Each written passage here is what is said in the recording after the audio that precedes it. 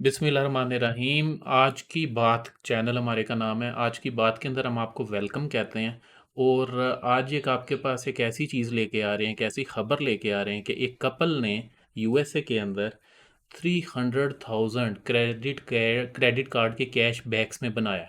ठीक है, ये वाकया कब हुआ है, कैसे हुआ है, इसे हम देखेंगे डिटेल में। कमरान साहब ने मुझे इसकी खबर दी, ये मेरे साथ बैठे हुए हैं।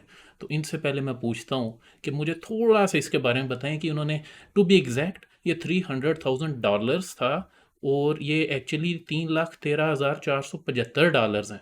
ठीक है, क्योंकि वो वीडियो को ज़रा दिखाने के लिए $3 लाख हमने लिख दिया है, लेकिन एक्चुअल अमाउंट $3,13,475 है। तो कमरान साहब, ये क्या हुआ एक्चुअली? जी, ये वाक़या एक्चुअली बड़ा ही इंटरेस्टिंग है और स्पेशली जब पाकिस्तान जैसे कंट्रीज़ में जब हम परेशान बैठे होते हैं कि मुल्की हालात बहुत बुरे जा रहे हैं, हमारी सैलरीज़ उधर की उधर ही हैं और अखराजात जो हैं इतनी तेज़ी से बढ़ रहे हैं, तो थोड़ा-सा अगर दिमाग को इस्तेमाल किया जाए, तो बआसानी पैसे जो हैं बनाए जा सकते हैं। अमेरिका में ये ऐसा हुआ कि क्रेडिट कार्ड ये एक्चुअली 2013 टू 14 के दरमियान में एक कपल था, उन्होंने हम्म। क्रेडिट कार्ड लिया। क्रेडिट कार्ड में उन्होंने बैंक्स वालों ने अक्सर वो एक कैशबैक के बोनस अनाउंस किया कि अगर आप परचेजिंग करते हैं तो हम आपको इतनी 5% कैशबैक देंगे। तो उन्होंने क्या किया कि क्रेडिट कार्ड्स का इस्तेमाल किया, उस क्रेडिट कार्ड से उन्होंने मनी ऑर्डर परचेज करते, उसको अपने बैंक्स में कैश ट्रांसफ़र करते और उस कैश से फिर दोबारा बैंक्स को पे कर देते। बैंक तो कैश मिल रही थी, उसके अगेंस्ट हाँ। उन्हें रिवार्ड में उन्होंने अबाउट 6.4 मिलियन की परचेजिंग की और उसके अगेंस्ट उन्होंने $3 लाख जो है अर्न कर लिए। अच्छा, ये जो आपने बताया कि महंगाई का तोड़ है, उस पर तो मैं आपसे थोड़ा डिसएग्री करता हूँ। मैं इस पे आपसे डिस्कशन करूँगा कि महंगाई का तोड़ कभी भी ऐसा नहीं होना चाहिए जिसमें हम लोग कोई ऐसा काम करें जिसमें कि कोई हम फ्रॉड करें। लेकिन उससे पहले मैं ये बताता चलूँ कि इन्होंने जैसे मेंशन किया 2013 और 2014 के दरमियान, तो 2013 में उन्होंने एक्चुअली 1.2 मिलियन और 2013 में 2014 में उन्होंने 5.2 मिलियन की ट्रांजैक्शंस की। यानी कि इन टोटल उन्होंने इन 2 सालों में अक्टूबर 2014 तक, जब तक कि आईआरएस ने उसे नोटिस किया। आईआरएस यूएसए का एक अदारा है जो कि टैक्स करता है। तो वो उनकी इतनी ज़्यादा ट्रांजैक्शंस हो गई थी, इतना ज़्यादा कैशबैक हो गया था कि आईआरएस के रेडार में वो आना शुरू हो गए थे। तो ये इन टोटल 2 सालों में 6.4 मिलियन, जो कि पाकिस्तानी तो नहीं, लेकिन अगर आप उसे $64 लाख बनते हैं। ठीक है, तो इतनी उन्होंने ट्रांजैक्शन की और उसमें उन्हें कैशबैक मिला $3,13,475। ठीक है, तो ये तो अपनी जगह है। और उसके बाद आईआरएस ने उसके खिलाफ आईआरएस ने उस पर केस किया और वो केस भी जीत गए, क्योंकि ये टेक्निकली ये इलीगल नहीं था। तो उन्होंने कैशबैक के ऊपर रिवार्ड जीता। अच्छा, मुझे बताएं, आईआरएस ने बाद में इसे टैक्स करने की कोशिश की, तो ये क्या चक्कर था? अच्छा, टैक्स में वो इस तरह से आ गया कि उन्होंने जब ज़ाहिर है मामला जो है कोर्ट्स में चला गया, तो वो ये साबित करने में नाकाम रहे कि ये उनकी कोई इनकम है, क्योंकि ये रिबेट के अगेंस्ट उन्हें रिवार्ड मिल रहा था, तो वो हम्म। इनकम में कंसिडर नहीं किया जा सकता था। हाँ, एज ए प्लेंटीज उन्होंने कहा कि आपको ये, क्योंकि आपका जो माइंड था वो यही था कि आप इससे पैसे अर्न कर रहे थे, तो उसके ऊपर उन्होंने उनके ऊपर को टैक्स लागू किया, लेकिन जो एक्चुअल उन्होंने रिबेट्स अर्न किया था वो तो उन्हें बदस्तूर अमाउंट उन्हीं के पास रही। लेकिन अगर यही तरीकाकार कोई पाकिस्तान में हम अप्लाई करें तो क्या? अच्छा, ये जो आप कह रहे हैं ना कि महंगाई का तोड़, तो मेरे ख्याल में लूप होल या फ्रॉड कभी भी महंगाई का तोड़ नाम है, उसे कहना चाहिए कि आप लूप होल या फ्रॉड की तरफ जाएं। और उधर तो चलें, अदालत या पुलिस इतनी स्ट्रांग है और उनका लीगल सिस्टम इतना स्ट्रांग है कि उन्होंने उसे हाथ नहीं डाला, मतलब पकड़ा, लेकिन क्योंकि उन्होंने अपने वकील के थ्रू, अदालत के थ्रू इसे डिफेंड किया और वो केस आईआरएस के खिलाफ जीत गए। लेकिन मेरा जहाँ तक ख्याल है, पाकिस्तान जैसे सिस्टम के अंदर मेरी नहीं अंडरस्टैंडिंग तो तो क्या ये है। ये इलीगल होगा आपके ख्याल में, अगर हम यहाँ पर भी बैंक्स जो है अक्सर हमें कैशबैक की फैसिलिटीज देते हैं कि हम परचेज करते हैं तो हम आपको इतना कैशबैक देंगे, तो क्या अगर इस तरह को प्रोसीजर इसको हम्म। अडॉप्ट करता है तो क्या वो इलीगल कंसिडर किया जाएगा और बैंक उसके खिलाफ को कानूनी कार्रवाई करना चाहेंगे? देखें, ये सवाल बड़ा इंटरेस्टिंग है और इसका आंसर लीगल इलीगल से ज़्यादा मेरे ख्याल में, अगर ये लीगल भी हुआ ना, तो आपने वो अंग्रेज़ी का मुहावरा सुना होगा, माइट इज़ राइट। क्योंकि हमारे इधर सिस्टम, आपको पता है, ताकतवर थोड़ा उसे मैनिपुलेट कर लेता है। तो अगर बैंकिंग सिस्टम आपको पकड़ लेता है तो उसने ये नहीं सोचना कि जी मैंने तो आपको रिवार्ड दिया था। उसे ये नज़र आना है कि इन्होंने जनाब $3,13,000 या इतने करोड़ की अमाउंट हमसे ले के भाग गए हैं। ठीक है, तो उन्होंने आपको ये कहना है कि भाई ये पैसा वापस करो किसी ना किसी तरीके, और फिर पुलिस आ जानी है, जो हमारे माई बाप हैं। ठीक है, तो उन्होंने कुछ भी चलेगा।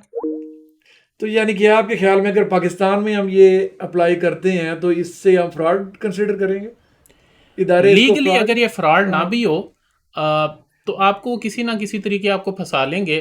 पैसे नहीं वो आपको इस सिस्टम के अंदर बख्शने लगे, वो अपना पैसा आपसे रिकवर करके ही दम लेंगे। ये मैं आपको, मेरी अंडरस्टैंडिंग तो कम से कम ये है। अच्छा मेहर भाई, ये तो आप कह रहे हैं ना कि मैं अभी पाकिस्तान की आपके मिसाल अपने एक दोस्त की देता हूँ। अभी ये जो कोरोना का सिलसिला चल रहा था, तो एक मेरे दोस्त थे, तो उनके एक्सपेंस तो बदस्तूर चल रहे थे, लेकिन इनकम जो थी वो बुरी तरह सफ़र हो रही थी।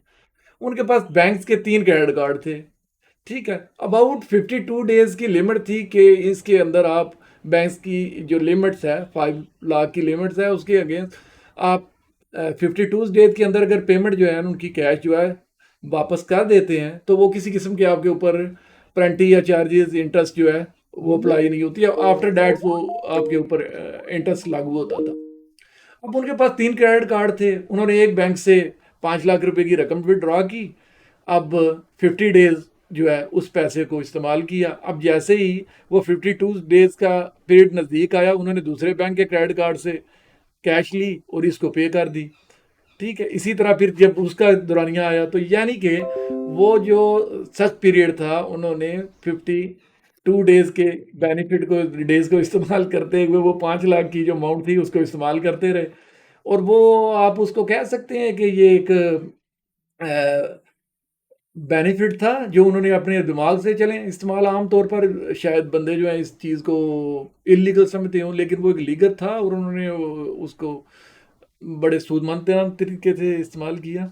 तो नहीं, फिर मुझे फिर आप इसकी थोड़ी डिटेल शेयर करें ना, कि क्या वो एक कार्ड से निकलवाया, फिर दूसरे से दूसरे निकलवा के पहले की पेमेंट पहले की कर दी, पेमेंट कर दिया। लेकिन क्या उन्होंने कोई कैशबैक विन किया, कोई इसमें नहीं, बचत इसमें की? कैश बैक वाला तो कोई चक्कर ही नहीं था ना।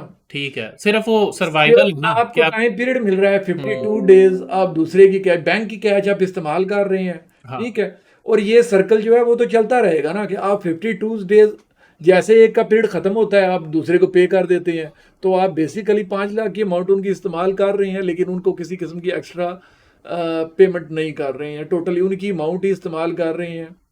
ठीक है, और आपके ऊपर किसी किस्म की प्लेंटी को इंटरेस्ट जो है बैंक की तरफ से लागू नहीं हो रहा। अच्छा, ये मेरे ख्याल में सर्वाइवल के हिसाब तक तो ठीक है कि हाँ। अगर किसी के पास नहीं है तो उसने दूसरे कार्ड से ले लिए। लेकिन मैक्सिमम चांसेस ये हैं कि अगर किसी के पास कैश थोड़ा है, तो कभी ना कभी इस उससे डेट गुजर जाएगी, क्योंकि वो सारे कार्ड से पैसे ले चुका होगा और फाइनली वो एक इंटरेस्ट के चक्कर में पड़ जाएगा। और इवेंचुअली ऐसा ही होता है, ज़्यादातर लोग इसमें कुछ निकाल नहीं मगर ये पाते। कंट्रोल तो आपने अपने ऊपर खुद रखना है ना। ये तो हम आपको छोटी सी बात कर रहे हैं कि परेशानी में बंदा बैठा हुआ है, आपके सर पे पड़ी हुई है, किराया आपने एक मकान का देना है, बैठे हुए हैं, पैसे हैं नहीं है, मांगते हैं कोई देता है नहीं है। तो ये एक आपको एक लीगल वे बताया जा रहा है जिसमें आपके ऊपर किसी किस्म की कोई कानूनी चारागोई भी नहीं की जा सकती। आप दूसरे का पैसा भी, और किसी से मांग के शर्मिंदा होने की बजाय आप बैंक के देनदार हैं और वो भी आप इज्जत से ले रहे हैं, दे रहे हैं, कोई ना रोला है ना रफड़ है। नहीं, वो आपकी बात बिल्कुल हाँ। ठीक है कि आपको मांगना नहीं पड़ रहा, आपके खर्चे उस टाइम जो भी हैं वो आप दे रहे हैं, पे कर रहे हैं। लेकिन ये वक्ती सोल्यूशन है, ये कोई परमानेंट सोल्यूशन नहीं है। और इसमें चांसेस ये हैं, बहुत ज़्यादा चांस है कि आप सूद की दलदल में फंसते तो चले वक्ती जाएंगे। सोल्यूशन, आपका मुल्क सारा वक्ती सोल्यूशन पे चल रहा है। आपकी टैक्स कलेक्शन कितनी है और आपके अखराजात कितने हैं, पूरा मुल्क आपका इसी चक्कर में चल रहा है। आपके पास तो किस देने के पैसे नहीं होते। ठीक है, तो फिर आगे जो वक्त है कि देखा जाएगा। अब जो टाइम है उसको थका देना है। आप कह रहे हैं वक्ती सोल्यूशन है। चलें, इसका फैसला हम लोगों पे छोड़ते हैं कि वो ये फैसला करें कि जी वो किसके साथ हैं। ठीक है, उनकी राय में क्या ये सर्कल इस तरह से चल सकता है? और अगर कोई ऐसा लूप होल है और पाकिस्तान में आप उसे एक्सप्लॉइट करते हैं तो क्या ये अदारे आपको छोड़ेंगे? अमेरिका के लीगल सिस्टम की तरह क्या पाकिस्तान के लीगल सिस्टम में, पाकिस्तान की अदालत में इतनी जान है कि वो एक आम सिटीज़न के साथ खड़ी हो सकती है? तो ये सवाल हमें आवाम पे छोड़ना है, और कमेंट में मैं एक्सपेक्ट करूँगा कि वो इस पे कमेंट करें और हमें बताएं कि उनकी क्या राय है, और अगर कोई फर्दर क्वेश्चन है तो हम उस पर भी वीडियो बना के उसे फिर डिस्कस कर सकते हैं। ठीक अब है जी। अभी हम इजाज़त चाहते हैं, तो सी यू नेक्स्ट टाइम। आप चैनल को सब्सक्राइब करें और घंटी बजा दें। Thank you. अल्लाह हाफिज़। अल्लाह हाफिज़।